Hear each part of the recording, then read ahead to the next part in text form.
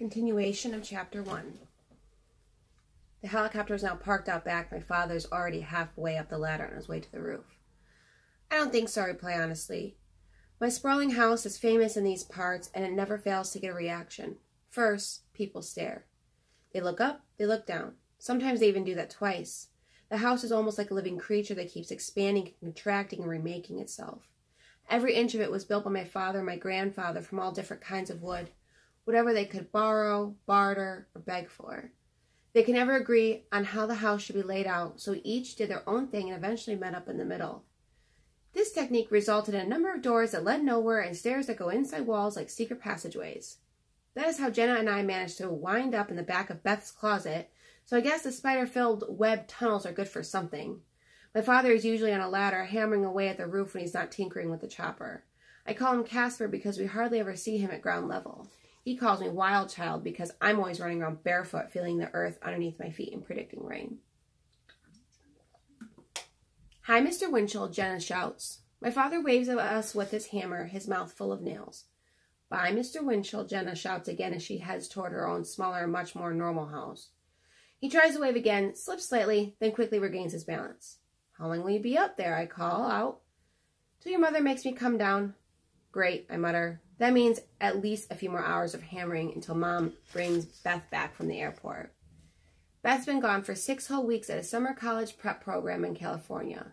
She won a full scholarship by writing an essay on the pressure of writing an essay. It was Zach's idea.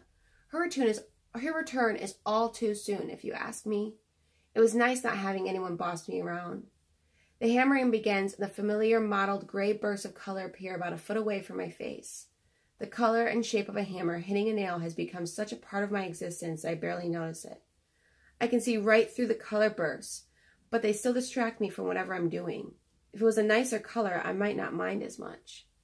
I slip into my sneakers as I approach the black back kitchen door, stepping cautiously around wooden planks, hammers, nails, and one very scary-looking chainsaw. As always, the smell of sawdust is in the air and on my clothes and in my throat. It's inescapable around here and has long since mingled with the taste of multicolored chalk dust that still haunts me from 3rd grade. I go up to my room and look for Mango, whose official name is Mango the Magnificat. He usually sleeps at the foot of my bed on my old Winnie the Pooh baby blanket, completely covering the faded Pooh and Piglet walking into the sunset. He's not there now, but he's left behind his favorite toy, a stuffed Tweety bird that he likes to carry around in his mouth. I call out his name and hear a faraway orange soda-colored meow in response. I trace the sound to Beth's room and find the little gray and white traitor curled up on Beth's pillow. I swoop him up in my arms and glance at Beth's night table. By some huge oversight on her part, Beth left her diary right out in plain sight when she went to California. When I first noticed it, I thought maybe she wanted me to read it. Then I decided she probably booby-trapped it somehow, and she'd know if I peeked. I deposit Mango on my blanket where he belongs, and I start to shut the door behind me when Zach sticks his foot in the door. Just a sec, Mia, Zach says, pushing the door back open. You need to do something. I need to do something. You need to do something in my room, I ask, instantly suspicious.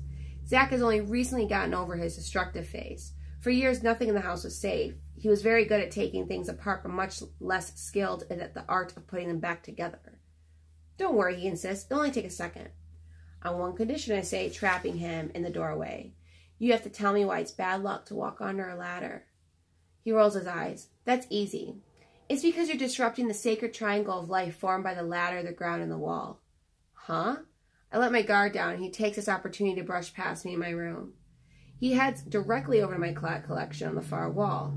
I follow him, and I notice he's clutching several watches in his small hands. 2 belong to my father, 1 is my mother's, and 1 is Beth's. What are you doing with all those Shh, he says, cutting me off. I have to get this exactly right. He stares at the faces of my clocks as if they have a message for him. Get what exactly right? Shh. His eyes dart from the wooden cuckoo clock at the fluorescent star-shaped one, over to the big digital one, down to the clock in the shape of a train, and across to the electronic one that speaks the time out loud. I've collected clocks ever since 1st grade. Every Christmas, I get to pick out another one. I have to set these watches exactly right, Zach explains, busily twisting the watch dials to match the time on my synchronized clocks. Of course, some of us will be living in the past and some in the future in the very same house. Can't have that. Very bad. What difference could a minute or two make? It has to do with folds in the space-time continuum, obviously, he replies, as though I should clearly have known that. Where did you get that one from? It sounds like something from Star Trek. He shakes his head adamantly. I read it on the NASA website. I should have known. Zach is addicted to the internet. You can't believe everything you read on the compute. I don't get to finish my sentence because at that moment all the clocks strike 5. The cuckoo pops out and cuckoos loudly. The train blows its whistle really loudly. All the alarms go off at the same time, buzzing and chiming and ringing and shrieking, all much louder than I've ever heard them. My father is so hammering. My mom honks in the driveway to let us know she's back from the airport with Beth. Beth slams the front door open and drops her suitcase on the floor. Mango runs under my bed. I put my hands over my ears and shut my eyes to stop all the colors that are bombarding me. It doesn't work. My sight is filled with blurry purple triangles and waves of greens and floating black dots and the balls of all sizes and shades of colors and spinning, swooping, swirling in front of me and across the room in my mind's eye. If I had been prepared, I would have been able to anticipate the onslaught. But now it's overwhelming. I feel like I'm suffocating. What is wrong with you? Zach shouts. I'm crouching on the floor now. Why is everything so loud? I cry above the noise. A second later, the chimes stop. No more honking, no more door slamming, just usual hammering. The colors and shapes quickly fade away, and I feel like I can breathe again. I open my eyes to find Zach staring at me with a combination of concern and surprise. I stand up and quickly turn one of the clocks around. The volume was turned all the way up, the same with the others. My hands shake slightly as I pull them all off the wall and rest them on the bed. I don't get it. I always keep the alarms turned off. Zach tries to slink out of the room, but I grab his sleeve. I hold him there until he confesses. Okay, I switched on the alarms and turned the volume up a little before he came home. I did it so I'd be able to hear them from my room. You could have heard them from your room if your room was in Alaska. I pushed him in the hall and locked my door. Hey, he says, knocking hard. I only did it so I wouldn't be in your room without permission. You were in here without permission to turn the alarms on, weren't you? Silence. Then, what's your problem anyway? Ignoring him, I switch off the alarms and hang the clocks in their rightful spots. I watch them silently ticking and blinking at back the stinging tears.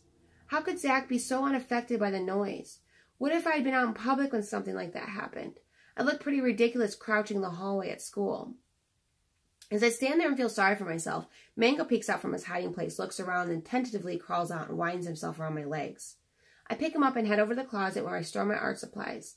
I have a painting to finish and a grandfather to visit. I always put music on when I paint, but the first time I can remember, I'm afraid that the colors will overwhelm me. I never want to feel so out of control again. I try to finish painting, but I can't concentrate. It's too quiet. Even the hammering has stopped. I chose a Mozart piece that Grandpa used to like, turn the volume way down, and press the play button before I can chicken out. The colors immediately and gently flow over me, energizing me, reminding me that I can still enjoy them.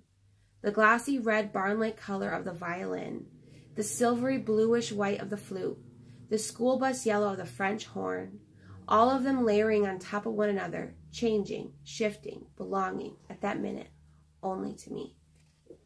And that's the end of chapter 1.